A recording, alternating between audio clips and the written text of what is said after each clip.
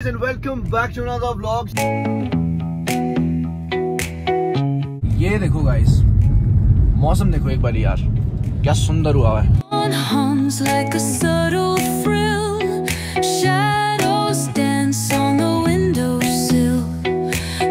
Everything better with coffee लिखा है इसमें, बढ़िया चाय है।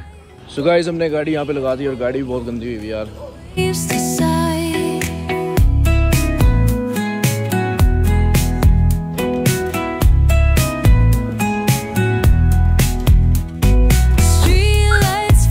आपने बहुत सारे केसेस सुने होंगे इंडिया में कि एक टीचर्स के ह्यूमिलेट करने पे किसी ने सुसाइड कर दिया क्योंकि बच्चे वो मेंटली ले नहीं पाते उस चीज को। और मेरे साथ क्या क्या ह्यूमिलिएशन हुआ था स्कूल में और कितना बुरा फील करवाया था मेरे को स्कूल में। अगर इसको याद नहीं हो रहा तो ये नालायक है, और अगर इसको याद हो रहा है तो he is a good child and he is a good student. So what is up guys and welcome back to another vlog. So guys, आज है day 20 of completing 100k subscribers in the next 100 days का। So guys, channel को like share और subscribe कर दो और bell icon को press करो so that कोई भी vlog और अपडेट है वो आप लोगों से मिस ना हो।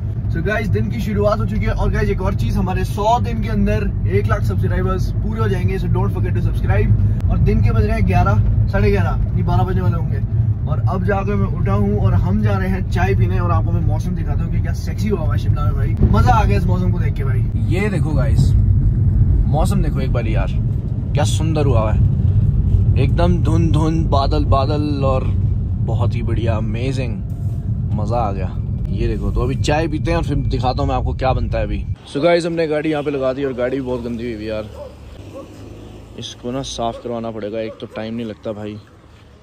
और मेरे को चाय का बुलावा आ गया है, भैया ने मेरे को बुला दिया। सो गाइस, चाय आ गई है, एवरीथिंग बेटर विद कॉफ़ी लिखा है इसमें, बढ़िया चाय है। और इस व्यू के साथ चाय एंजॉय करते हैं, फिर मैं आपको मिलता हूँ। सो गाइस, चाय भी हो गए फ्री और आज से मैं एक और चीज़ स्टार्ट कर रहा हूँ जो मैं आपको बताने वाला हूँ। आज से हम ये स्टार्ट कर रहे हैं कि जो चैलेंज हमने देखो यूट्यूब पे लिया हुआ है ना 100 दिन वाला, उसको मैं शॉर्ट्स बना के इंस्टाग्राम में डालना आज से शुरू कर रहा हूँ। मेरे को वैसे पहले कर देना चाहिए था बट चलो कोई बात नहीं। तो आज जैसे 20 दिन हो गए हमको व्लॉग करते हुए, ठीक है, ये हमारा 20th व्लॉग है और हम सिर्फ 80 व्लॉग्स दूर है, 80 वीडियोस दूर है, और जिसमें हम पूरी 100k की फैमिली हो जाएगी। तो गाइस, इंस्टाग्राम पे मेरे को फॉलो करो, इंस्टाग्राम पे भी आपको शॉर्ट वीडियोस देखने को मिलेगी। तो अब मैं जा रहा हूँ घर और घर जाके हमने खानी है मील, उसके बाद जाना है वर्कआउट करने भाई। और कल से हमारा एक और शिफ्ट हो रहा है रूटीन का, मैं आपको बताऊंगा कि वो क्या है, क्योंकि मेरा रूटीन ना थोड़ा सा मतलब बिल्कुल ठीक है। क्योंकि देखो, एक होती है ऑफिस जॉब, एक होती है 9 to 5 जॉब की भाई आपको 6 बजे उठना है, 7 बजे तैयार होना है, 9 बजे जाना है ऑफिस, ये करना है वो करना है। बट देखो, हमारा जो काम है वो प्लान्ड नहीं होता कभी भी, ठीक है, वो इंस्टेंट होता है। मैंने व्लॉग 12 बजे स्टार्ट किया, ठीक है, तो अब मैं रात तक इसको व्लॉग करूंगा और जब मेरे दिमाग में कोई चीज़ आएगी मैं तब जाकर रिकॉर्ड करूंगा उसको, ठीक है। तो ये चीज़ 9 to 5 जॉब की तरह नहीं है भाई। तो जैसे बोलते हैं भाई, आर्टिस्ट लाइफ होती है 24 आवर्स वाली, तो ये चीज़ बहुत मुश्किल भी है भाई। सो गाइस, मैं हार्डली 4-5 घंटा ही सो रहा हूँ and this thing is 24 hours long. इसमें शिफ्ट जैसा वर्ड कोई है ही नहीं भाई कि 8-9 घंटे का काम है, 10 घंटे का काम है और आप फ्री हो, ऐसा है ही नहीं भाई। क्योंकि अभी तो मैं जैसे डेली ब्लॉगिंग कर रहा हूँ, तो डेली ब्लॉगिंग में ऐसा है कि भाई मेरा 24 घंटा ऑक्यूपाइड है। बट कुछ टाइम बाद जैसे मतलब हम और भी काम एक्सपैंड कर देंगे तो शायद उस टाइम हो सकता है कि ब्लॉग हम एक दिन 2 दिन के बाद डालें। बट ट्राई तो मैंने यही करना है कि भाई मैं डेली डालूं, क्योंकि इस चीज़ की आदत पड़ गई है, अब मैं रुकूंगा नहीं। सो गाइस, अब चलते हैं घर जाके लेते हैं मील, और मील लेने के बाद हमको जाना है वर्कआउट करने और आज से कार्डियो भी स्टार्ट होने वाला है हमारा।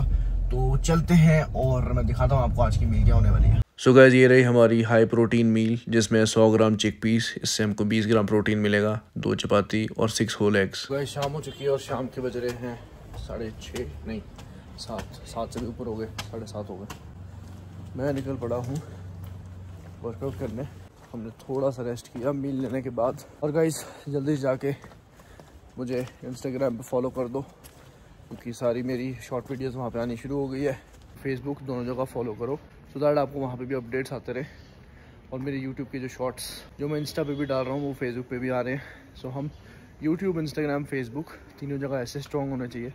तो जल्दी जाके दोनों जगह फॉलो कर लो, फेसबुक और इंस्टाग्राम। और अभी चलते हैं वर्कआउट करने और आपको आज का वर्कआउट दिखाते हैं।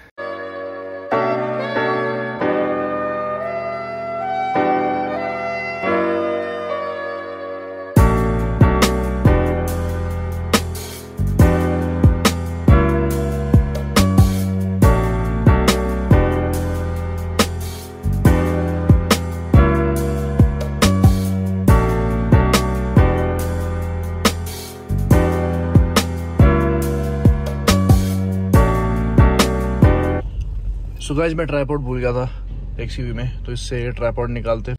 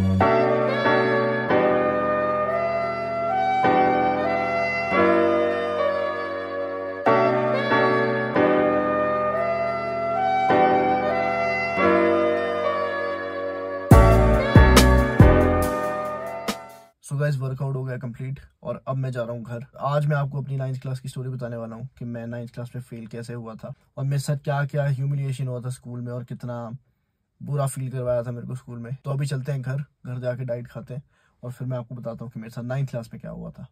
मैं वो स्टोरी सुनाने जा रहा हूँ जब मैं अपने स्कूल में क्लास 9 में फेल हुआ था और मेरी बहुत बेइज्जती हुई थी। तो वैसे मैं पढ़ाई में शुरू से अच्छा नहीं था और मैथ्स मेरा बहुत ही ज़्यादा वीक था। तो 9th क्लास में मेरा अपेंडिसाइटिस का ऑपरेशन हुआ था। अपेंडिक्स बोलते हैं वैसे उसको, बट लॉन्ग फॉर्म में अपेंडिसाइटिस होता है। और दूसरा रीज़न ये था कि मैं स्टूडियस नहीं था, ठीक है। तो मेरा मैथ्स बहुत ज़्यादा वीक था। तो मेरे ना 7th क्लास से लेके मेरे रीटेस्ट आते थे, जो हमारे फाइनल एग्जाम्स होते थे जिससे हम नेक्स्ट क्लास को प्रमोट होते थे। तो उसमें हमेशा रीटेस्ट निकलता था और मैथ्स में ही निकलता था, सिर्फ मैथ्स में, ठीक है। तो अब 9th क्लास में क्या हुआ कि भाई मेरा ऑपरेशन भी हुआ था और मेरी थोड़ी सी एब्सेंस भी हो गई थी स्कूल में उस वजह से।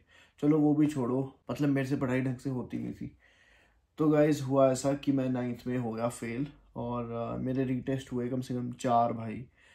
हिस्ट्री थी कि 4 रीटेस्ट कभी भी किसी लड़के ने नहीं दिए होंगे, कभी भी किसी बच्चे ने नहीं दिए होंगे और मैं चारों में फेल हो गया भाई। और उसके बाद स्कूल वालों ने हाथ खड़े कर दिए कि हम इसको पास नहीं करवा सकते और इसको रिपीट करनी पड़ेगी क्लास। तो भाई मैं तो टूट गया एकदम।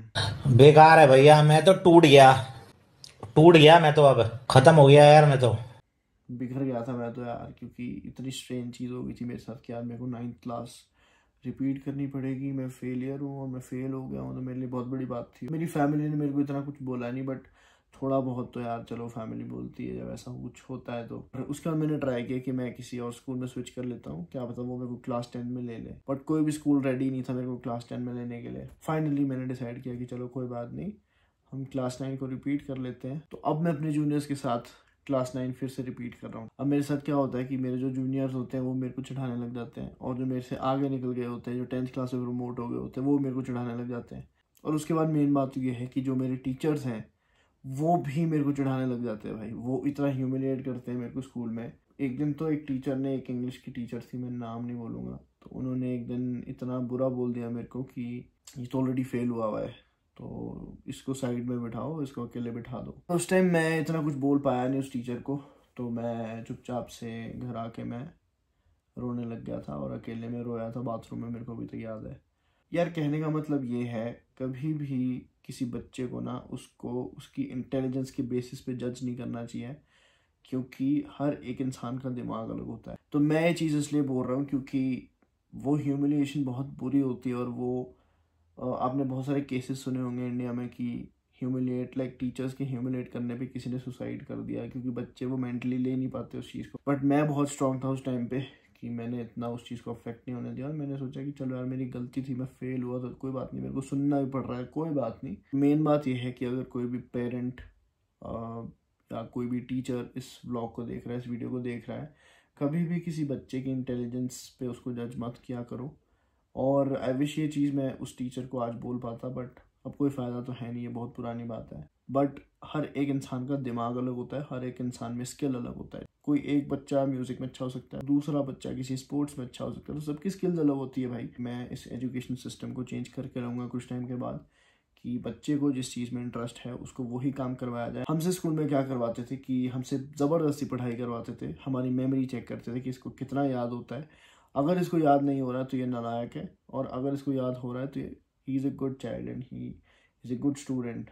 That doesn't make any sense, right? मेरे हिसाब से बचपन से ही बच्चों के इंटरेस्ट जानने चाहिए कि वो एक्चुअल में क्या करना चाहते हैं, उनको किस चीज़ में इंटरेस्ट है, किस चीज़ में वो पैशनेट है, सो दैट उनका जो वो एक पर्टिकुलर स्किल है उसको एनहांस कर सके स्कूल में ही। मैंने एक चीज़ हमेशा से एक्सपीरियंस की है, जो फेलियर्स होते हैं या जो पढ़ाई में अच्छे नहीं होते, वो ज़िंदगी में बहुत कुछ कर जाते हैं, और जो बेचारे पढ़ाई में अच्छे होते हैं वो पूरी ज़िंदगी पढ़ पढ़ के अपनी नॉर्मल सी लाइफ बिता के चले जाते हैं इस दुनिया से। सो इट्स नॉट इम्पॉर्टेंट कि आप सिर्फ पढ़ाई पे ही ध्यान दो और किसी को उसकी याददाश्त पे जज करो। जैसे मेरे को मैथ्स मेरे को समझ नहीं आता था, इट्स नॉट अबाउट याददाश्त ऑल्सो, बट अब मेरे को मैथ्स नहीं समझ आता था भाई। मैं 100 बार एक चीज़ करता था, मेरे को उसके बाद भी समझ नहीं आता था कि ये कैसे होगा। तो वो चीज़ जब मेरे से नहीं हो रही थी तो मेरे टीचर्स ने मेरे को इतना बुरा फील करवाया, मतलब वर्ड्स ऐसे यूज़ करते थे, इतने गंदे वर्ड्स यूज़ करते थे कि he is a precarious case.